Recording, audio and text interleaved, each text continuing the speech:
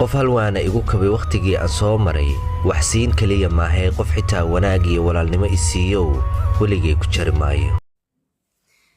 أعوذ بالله السميع العليم من الشيطان الرجيم. بسم الله الرحمن الرحيم. السلام عليكم ورحمة الله وبركاته. ولا لا قالي أيكو حيران جنال كيغ مناس جنال ميل بعدون كجوكتان إنا وضع عفمات قبتان رجينا فضلنا هذا جنال كعصبتا سبسكرايب نوصار هذا هورنو لجوغ جرتي هدان وعصبتان موقالك لايك نوصار dhiirigelina ay noo tahay muuqaalkana si meel fog u gaaro asxaabku ruux badan oo sidii noo kalna ay noogu soo biiraan 40 kunna u xirno aad iyo aad u maadsantii walaala cusub soo dhawaada gacan furniyo qalbi saafiyo idin jecel walaalay hore la joogo jirida kan waxa idin leeyahay aad iyo aad u maadsantihiin la joogiina iyo garab istaagiina jazaakumullahu khayran jazina jannatul firdaws Allah ka dhigo dambigiina ki waalidkina Allah subhanahu wa ta'ala ha cafiyo aamin ya rabbil alamin wa markale muuqaalka loo cusub iyo markale qiso kale cusub قصدين انت انا اقول لك المركه هور اكو صلينا نبينا محمد اللهم صل وسلم وبارك على سيدنا محمد صلى الله عليه وسلم قصه ما انت ايدين وضع اصحابي وقصه لا ياب كذا وضطو ايدين كبيدين كيابي دون سي انيق ايغي يابسي waxaana rajeynaa ina falcelintiina aan arko gabadhan wixii ku dhacay qisada saaciwaan ka aragtaan waaye gabadhan waxay guursatay nin fool xun waxayna dhihi jirtay nin fool xun cunugiisa inteen geena balse maxaa ku dhacay waxaa jiray nin ilaahay hanti iyo xoolo intaba siiyay wuxuu guursaday gabar Soomaaliyeed oo aad u qurux badan cad ما شاء الله تبارك الله يعني صفاتك gabar lagu qaadan lahaa dhameystirantay quruxdeeda ma sha Allah tabarakallah gabadhaas ayuu guursaday wuxuuna ka bixiyay lacag ma cadadna wala xisaaban marka reer ay yeeshteen way isla degnaayeen guri ayuu jaaray oo weyn oo villa ah oo kaligeed ah guriga ay degneed maxaa ku xaraar nolol raaxati ugu dambeysay ay kula nooleed waxa dhacday marka inay sanaday isqabaan wax awlaadna ilaahay kala siinin marka waxa dhacday ninkii inuu dhaho markaan waxa rabaa inaan ku soo baaro waxa rabaa in awlaadii dhashid maadaama sanado badan ay isqabno oo dhowr sano ah ina ani adiga ba isa soo baarno wuu waday dhakhtar uu keenay asagana wuu isbaaray ayadana wuu baaray marka baarista kadib waxaa la ogaaday labadan qof inay caafimaad qabaan wax dhib ah haba yaraato inaysan jirin ay ilmo dhali karaan ninkii marka wuu yaabay wuxuu dhahay hadii ay basaastay maxaa ilaa iyo hadda caruur u dhali la'anahay qisadan dadka ay ku dhacdo waa dad Soomaali ah qisadana waa qiso ka dhacday wadankeeni Soomaaliya ay ka dhacday qisadan asxaabe bas ninkii waa uu yaabay dhakhtar meel walba way tageen wuxuu isla dhakhtarkan ama wax ka yihiin ilaa iyo gabadhii wuxuu keenay Turkiga ayuu keenay ninkan waa nin dhaqaale leh waa nin ganacsada ah hantina ilaahay siiyay ayuu ahaa gabadhii meel walba uu geeyay waxaa la dhahay gabadhan wax ma qabta adigana wax ma qabtid waxna waa dhali kartiin waxay muddo sida ahaato oo ninkan uu yaaban yahay uu leeyahay maxaa dhacay intee wax ka qaldan yihiin ayaa waxaa dhacday gabar asaga markaas ay asxaab ahaayeen dad ay is yaqaanaan ahaayeen ayuu arinta u sheegay markaas wuxuu dhahay naagtaada ama isticmaashaa daawooyin uurka lagu ilaaliyo markaas wuxuu dhahay ma isticmaasho oo naagteeda wayba jeceshahay inay hooyo noqoto marka waxay dhahday anaa ku soo ogaahayo naagtan waxba kama oga ee la qabo tii way soo baxday gabadhan ayay la saaxibtay yani qof walba arintu waa la isku sheeganaa xaalka adise u nooshahay ma sha Allah walaale aan caruur haystaa marka waxay dhahday mudooyinkan dambe waxay dhahday caruur ma dhalinay tiri oo ninkeygan waxay tiri kama warhaayay tiri oo waxaan qaataa kaniiniyaasha oo uurka lagu ilaaliyo waxay dhahday jirkeeyii dhan wuu isbedelay aniga dhan si kala noqday marka sanad walba waxay tiri ilmo le mala dhali kara ma oo marka waxay dhahday dhowr sano waxay dhahday wax caruur waxay tiri kama ugu siinay dhahday waxaana dhahay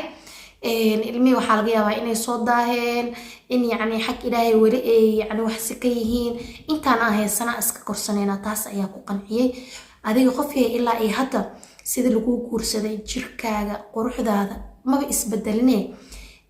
uurna ma qaatidee sidee wax yihiin waay ninkaagan dhakhtar wuu ku geeyey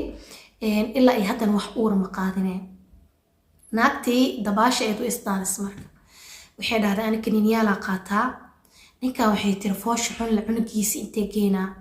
aniga waxaa rabaa inaa lacagta le ka aruursadee dhahday lacagta inaa ka aruursado oo hanti ah ka tabca ninkiyaaba hanti laga tabcooyaa ilmihiisana waa laga faanooyaa asagana sariiraa loo seexaa asxaabe bal idinka taas waxaa ka dhihi leedeen noo sheega ninkaa mar haddii uuba ninkaaga uu xalaashaada yahay oo aaba maxay ahaydoo nolol wadaagteen oo wax idinkala baxsan lahayn waxa u dhahdid ilmihiisa ma raba taas waa caqli xumo waaye warkii aan idinku daalinayn gabadhii warkii way u duubtaa ku dhahay waayahay tiri waa runtaa ninkan horta waxay dhahday qof sabar la leehayn karaa adoo sidaa quruxda badan aa u malaysid yaa maasha allah biidaha maa laga soo dhex bixiyey haddaaba uga sii dardartay maho ma istaahilin ninkan inaa caruur u dhashid si fiican ayaana samaysay tiri aniga kayga waxay tiri ilmo waa u dhalay tiri laakiinse intaa ka badan ilmo buu sii dhalaaybo calaayid xaal meesha marka lagu sheekaystay kadib way soo baxday adiga ninkii ayay kulmeen hadalkii oo sidiisa ayaa faraha loogu shubay buu helo waa loo sheegay waxaa la xaaskaaga saas waaye arrintaasay kugu samaysaa ninkii shoog madaxuu gacanta saartay naagta intaasoo qarasha gelisay waddanka dhakhtar jooga Soomaaliya uusan geynin aanba jirin ilaa Turkiya geeyay qarashkaas geliyay kaniiniyaal u isticmaalaysa ninka waa xanaaqay wuxuu dhahay ma furayo dhahay saan ma aragtay igu joogaysa laakiin ana aqaano waxa aan ku sameyn doono bas ninkii gabar yar oo iyada ma aragtay waan qurxanahay quruxdeeda aamintay ka qurux badan aan ku dhahay oona ka yar oo guursay wuu aroosay ayada looma sheegin wuxuu dhahay aniga shaqooyina ii soo baxeen xoogaa soo maqnaana laakiin Soomaaliya qayb ka mid ah loo joogay qoftaan gabadhiyo aroosay markuu aroosay kadib wuxuu dhahay aniga xagga shaqooyinkii culeysay dhibaatooyin xagga lacagta ah waxyaabaa dhaceen isdawmarmarisaa dhacay marka maalmahan waxaa ku jira oo yar ceymisaa ku jira ma fahanteen marka wuxuu dhahay sidii hore waxa ma u dhacayaan guriyo gatay guriyo ka soo guuriyay horta ijaarka ahaa guriga oo gato soo dajiyay wuxuu dhahay gurigan degnaa alaabteedii waa loo soo raray kii hore iyada dalbatay ahayd kana asaga soo dajiyay oo meel markaas xooga adiga meesha kan uu ka yaalay aan ku oolin waa yacni kan gudaha ku jira kii markaas ayada ijaarkii ugu jirtayna magaalka afafkiisa hore waa guri laamiga saarna ayuu ahaa uu ka soo bixiyay kii asaga uu lahaa uu soo dajiyay wuxuu dhahay gurigan degnaa hadda kadibna wuxuu dhahay lacagta waxay noqonaysaa xisaab qoftaa xisaab ayaa loo gal waxaan biilkeeda yacni wax biilkeeda ka badanna mala siinaayo cunaqabateen fara badan ayaa soo kortay wuxuu dhahay aniga waxyaabo badan oo xagga dhaqaalaha igu dhaca waxaa rabaa inaa isu soo kabo waa inaad dulqaadataa naagtii way yaabtay ninkii isbedelo fara badan ee ku aragtay maxaa tahay mala dhahay xitaa guriga haddii la imaado wuxuu leeyahay mararka qaar aniga shaqaa ku maqanahay ma imaanayay naagtii adi waxay dareentay caajisay ku dareentay meeshii ma fahanteen caajisay ku dareentay ninkii inuu isbedelay waxyaabahaas oo dhan isbedelo fara badan ninkiiyo telefoon mar walba ku hadlaayo marka dambe waxay tirniyo naag maa guursatay markaasaa wuxuu dhahday maxaa kaa gala haddaa guursaday naag iyo haddii kalo markaasaa waxay tiri waay naagtaada miyo inaa ogaadaa rabaa xaqa u leeyahay iyo waxaasii tiri markaasaa wuxuu dhahay xaq maa u leedahay anigaba xaqa u leeyahay yar afra ilaahay ii baneeyey marka wuxuu dhahay gurigaaga joog biilkaaga waa qaadataa midda kale intana saan le noloshaada usii soconaysaa maxaa yeelay xaas kalaa guursaday uur ayayna ii leedahay waxaa ogaataa hadda kadib biilkaaga inuu yaraanayo ee xaaskaas biilkeeda badanayso maxaa yeelay ayada hadda uuray leedahay in laga warhaayay rabtaa in xaalkeeda la ogaaday rabtaa in il loo lahaaday rabtaa sidoo kalena ilma haddii ay dhasho way kaa xuquuq badan tahay naagti waa taqeelisay afka furatay ani maxaa iga weysay aniga intaasoo sana kusoo sabraayay hadda maa naagii guursatay maa iga yeeshay adiga dartaa ilmo la-aan u ahaa ee ugashmaho markaasaa wuxuu dhahay isdejiyo dhahay isdeji beentaha sheeginuu dhahay dhulka aa ila goysoo dhahay qof bini-aadan lama gooyinoo dhahay dhakhtar soomaali ku yaala aan ku geynin malahoo yiri meel walba waa kusoo baaruu dhahay anna waa issoo baar dhaqaatiirtana isku wada af ayay noqdeenoo yiri yaa wadar iyo waaxidkee waalanoo yiri marka cilada oo dhan ba aday kaa socotay ilaa turkiyaan ku geeyey qarashkaasoo dhan adimaa soo shaqaysa adimaa laheedoo dhahay kaniiniyaa la qaadanay sabab maxaa kugu kalifay markaasaa waxay tiri maya ani kaniiniyaasha xilliyada ugu horeeya la qaadanayay waxaa sida xilligaas aroos cusubaa tahay wax kale inta ma jirin babababa waayo hoyir waa kuu yeelaybo maxaa igu sheegi weysay marka intaasoo qarash ku gelinaya markaasaa waxay tiri inaga xanaaqadaa ka cabsanaya inaasaa iga noqoto oo xumaan iyo fahantadaa ka cabsanaya intaay ahayd saanay ahayd markaasaa wuxuu dhahay warkaas waxba kuuma taraayo warkaagi gacantu iigu jiraa nin foolxun cunugiisa yeelaysaa nin foolxun cunugiisa yeelaysaa haddaa ku joogi karto ku joog haddaa ku bixi kartin waxaa la ku baxaa la naagtaan markaas warkaas yaa ku dhahay waanu iskendirooyaa qofaa rufiyaan ee nolosha ii diidan inaa isla noolaana diidan naagti waxaa ku dhahay codka lala dhegeysiya waxaa la hadalkaan adi maahane mise way iska aamusta maxay sameynaya wuxuu dhahay haddaa furii rabtidna waa ku furaa u dhahay wuxuu yiri wax meher ah iga qaadaysidna malo maxaa yeelay meherkaagii iyo lacagta xaq u lahayd dhanba wuxuu dhahay no adaa kugu soo wareejiyo dhaqtar ah ku geynayo adaa hadda maxkamad kugu soo maxay to oga u dhahay haddii aa hadalka ii badi sidoo dhahay haddii kale gurigaan idabku joog ama bax waxay isku dayday inay aamusto ee ninkii ee maslaxdo oo guriga ay joogto maadaama ninkan nolol uu yeeshtay xaas uu yeeshtay calaa itixaal waxaa dhacday ninkii in loo dhalay waxaana loo dhalay mataamana loo dhalay wax iska bedeloy malo ninkii xagoo u batay waxaa ku dhahay habeenii maal xagoo joogaa naagtan way soo wacaysaa telefoon camera layska soo wacaa ilmihii way xamili weysa naagtan hadalkii iyo waxyaabaha ay arkeyso ilaa qofka bini-aadankaa si walba uu sawir isdho waxyaabaha qaar waxaa laga yaabaa in sawirkiisii meesha uu ka baxabo markan waxaa dhacday inay dhahday walaalo aniga furiinaan rabaa iska kee fur xaqiigana isii war wuxuu dhahay aniga xaqanku siinayo dhahay daartisaan waa ku noolaan kartaa waa ku joogi kartaa haddii kalmaho waa bixi kartaa uu dhahay waxay isku dayday markaan inay dhahdo ilmaan kuu dhalaa wuxuu dhahay may ilmi iima dhalaysa naag shalayta anuu kaligee ah isku dayaysa inay hantideeda ay siisato aruursato iyada hanti kasii tabacdo maanta markaa cunug ka dhaloo dhahay marka cunugaasaa maxay ta xuji igaga dhigaya u dhahay cunuga adag kaa dhaloo yiri yaa tilimaatoo caduun waa yiri cunug adi makaa dhalaayo yiri ilmuhakaas waa lay dhalooyaa naagtii uurkii kale u leedahay naagtan si ay isku celinaysay arrintii adiga tolaa dhexgalay waa la fariistay waa arrintii arrin waxay noqotay markaan labada dhinacba lasoo wada fadhiistay ninkii uu soo gardhigtay naagtan saanay ii gashay waa intaasoo sano ayay lacagteeda cunaysay oo dadkeeda iyo familkeeda intaasoo qarash iiga baxay mar walba keen habarteya saane walaalkeeda saane kanaa saane walaalkeed oo naag qabo